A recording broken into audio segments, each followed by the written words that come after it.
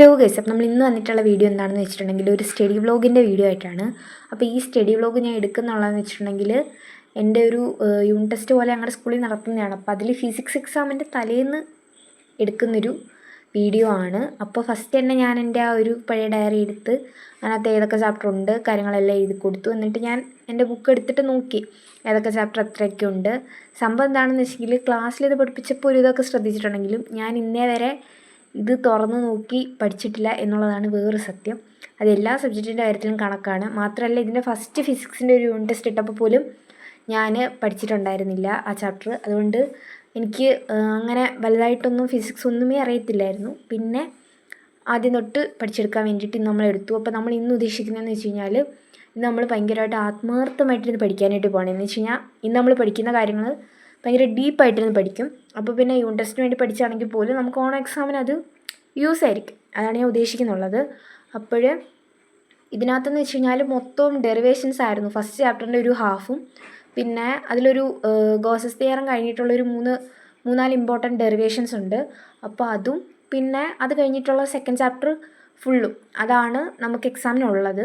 അപ്പം അതിൽ first ചാപ്റ്ററിലെ derivations എന്ന് പറഞ്ഞു കഴിഞ്ഞാൽ നമ്മളിങ്ങനെ ചെയ്ത് തന്നെ കുറേ സമയം പോകുന്നതാണ്.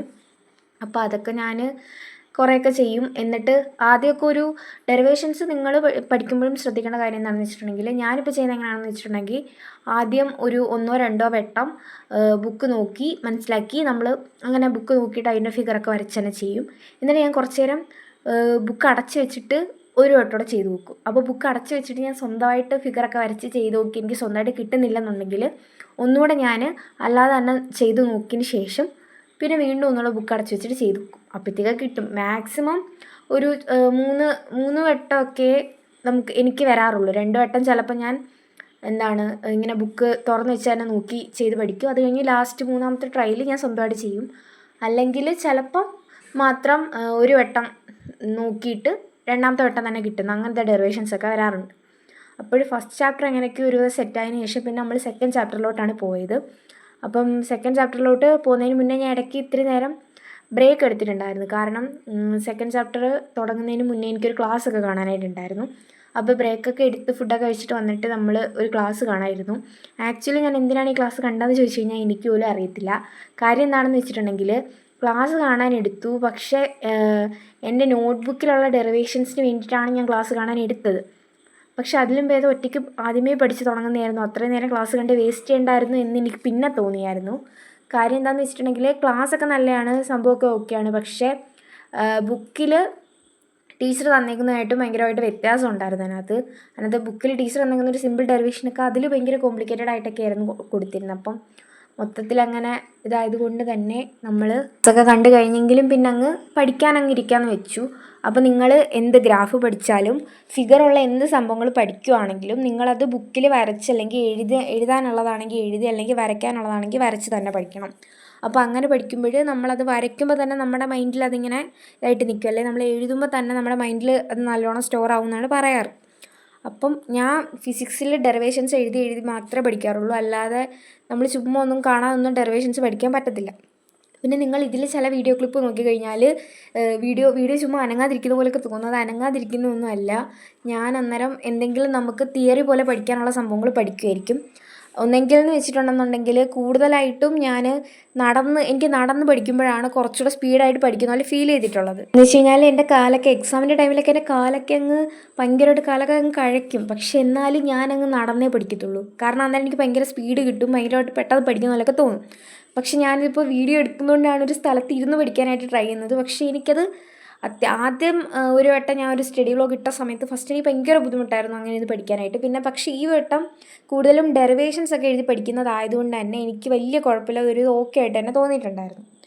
പിന്നെ ഇതൊക്കെയെന്ന് വെച്ചിട്ടുണ്ടെങ്കിൽ നമ്മൾ പല രീതിക്ക് ഇപ്പോൾ നമ്മൾ പഠിച്ച് ട്രൈ ചെയ്യണമല്ലോ. ഇനി അങ്ങോട്ട് പോകുന്നതോറും നമുക്ക് പല രീതിയിലായിരിക്കുമല്ലോ. അപ്പോൾ പിന്നെ ഇടയ്ക്കൊക്കെ ഞാൻ ഇറങ്ങിപ്പോയിട്ട് കുറച്ച് നേരം നടന്നൊക്കെ തന്നെ പഠിച്ചിട്ടുണ്ടായിരുന്നു. കാരണം വീഡിയോയിൽ അത് കാണിക്കുന്നില്ലെന്നേ ഉള്ളൂ. വീഡിയോ അങ്ങനെ ഓണാക്കി തന്നെ വെച്ചേക്കുമായിരുന്നു. പിന്നെ അത് കഴിഞ്ഞിട്ട് ഞാൻ കുറച്ച് നേരം ബ്രേക്ക് എടുത്തിട്ട് പോയി ഒരു കാപ്പിയൊക്കെ ഇട്ടുകൊണ്ട് വന്നിട്ടുണ്ടായിരുന്നു. ഞാൻ ഉണ്ടാക്കിയത് കൊണ്ട് പറയില്ല, കാപ്പി ചെറുതായിട്ടൊന്ന് ഫ്ലോപ്പ് ആയിട്ടുണ്ടായിരുന്നു. എങ്കിലും ഞാൻ തന്നെ ഉണ്ടാക്കിയത് കൊണ്ട് തന്നെ ഞാൻ തന്നെ അത് കുടിച്ച് തീർത്തു. സംഭവം എന്താണെന്ന് വെച്ച് കഴിഞ്ഞാൽ പഞ്ചസാര കുറച്ച് കുറവായിരുന്നു. പിന്നെ എഴുന്നേറ്റ് പോയി പഞ്ചസാര ഇടാനുള്ള മടി കൊണ്ട് ആ ഒരു നമ്മൾ കട്ടൻ കാപ്പിയാണ് ഇട്ടത്. ആ ഒരു കാപ്പിയിൽ കയ്പോട് കൂടി തന്നെ ഞാനത് കുടിച്ചു.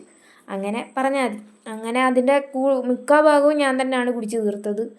പിന്നെ അങ്ങനെ അപ്പം പിന്നെ ഈ ഒരു സെക്കൻഡ് ചാപ്റ്ററിൻ്റെ കാര്യം പറയുകയാണെങ്കിൽ ഇതിൽ ആ ഒരു കപ്പാസിറ്റൻസ് ആ ഒരു ഭാഗമൊക്കെ എനിക്ക് ഭയങ്കര ഇഷ്ടമാണ്. ബാക്കിയുള്ള ഭാഗം കുഴപ്പമില്ലെന്നേ ഉള്ളൂ. എല്ലാം ഒരുവിധം പഠിച്ചു വന്നപ്പം എല്ലാം എനിക്കൊരു ഇഷ്ടപ്പെട്ട് ഓക്കെ ആയിട്ട് വന്നു. പിന്നെ അതിന് ഡെറിവേഷൻസ് ഒക്കെ കുറേയൊക്കെ ഉണ്ടല്ലോ. പിന്നെ ചില ഡെറിവേഷൻസ് ഒക്കെ നല്ല സിമ്പിളാണ്, പാടായിട്ടുള്ളതും ഉണ്ട്, പക്ഷെ അത് ഒരുപാട് പാടുള്ളതും അല്ല, അങ്ങനെയൊക്കെ ഒരു ലെവലാണ്. അപ്പോൾ നിങ്ങൾ പഠിക്കുമ്പോഴാണെങ്കിലും ശ്രദ്ധിക്കേണ്ട കാര്യം എന്ന് പറഞ്ഞാൽ ഡെറിവേഷൻസ് ചെയ്ത് പഠിക്കുക.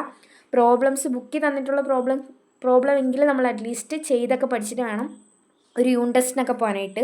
പിന്നെ നമ്മൾ അല്ലാതെ ഒരു മെയിൻ എക്സാമിനൊക്കെ പോകുമ്പം എന്ന് പറഞ്ഞു കഴിഞ്ഞാൽ നമുക്ക് വേണമെങ്കിൽ എക്സ്ട്രാ പ്രോബ്ലംസ് അല്ലാതെ ചെയ്തൊക്കെ പഠിക്കാം. ഞങ്ങളെ സംബന്ധിച്ച് പിന്നെ ഞങ്ങൾക്ക് അസൈൻമെൻ്റ് ആയിട്ടൊക്കെ പ്രോബ്ലംസ് ചെയ്യാൻ തന്നിട്ടുണ്ടായിരുന്നു.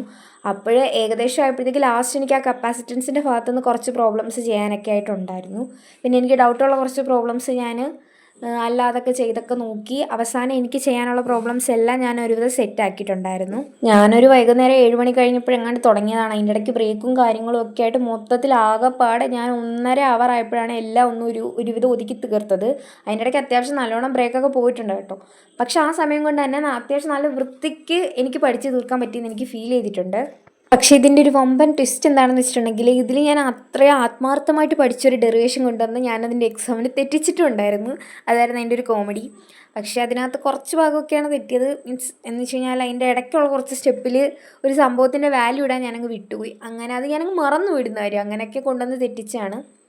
അങ്ങനെ കുറച്ച് പ്രോബ്ലംസും കാര്യങ്ങളും എല്ലാം കഴിഞ്ഞ് നമ്മളെല്ലാം സെറ്റ് ചെയ്ത് പഠിത്തം അവിടെ സ്റ്റോപ്പ് ചെയ്തിട്ടുണ്ടായിരുന്നു. അങ്ങനെ നമ്മുടെ ഫിസിക്സിൻ്റെ സ്റ്റഡി വ്ലോഗ് ഇവിടെ കൊണ്ട് അവസാനിച്ചിരിക്കുന്നു. അപ്പോൾ ഈ വീഡിയോ ഇഷ്ടപ്പെടുകയാണെങ്കിൽ ഉറപ്പായിട്ട് ലൈക്ക് ചെയ്യുക, ഫ്രണ്ട്സിനൊക്കെ ഷെയർ ചെയ്യുക, കമൻറ്റ് ചെയ്യുക. അതുപോലെ തന്നെ നമ്മുടെ ചാനൽ ഇഷ്ടപ്പെടുകയാണെങ്കിൽ ഉറപ്പായിട്ട് സബ്സ്ക്രൈബ് ചെയ്യുക. അപ്പോൾ ഇനി അടിപൊളി സ്റ്റഡി വ്ലോഗ്സും വീഡിയോസും ഒക്കെ ആയിട്ട് വരുന്നവരെല്ലാവർക്കും ഓക്കെ ബൈ.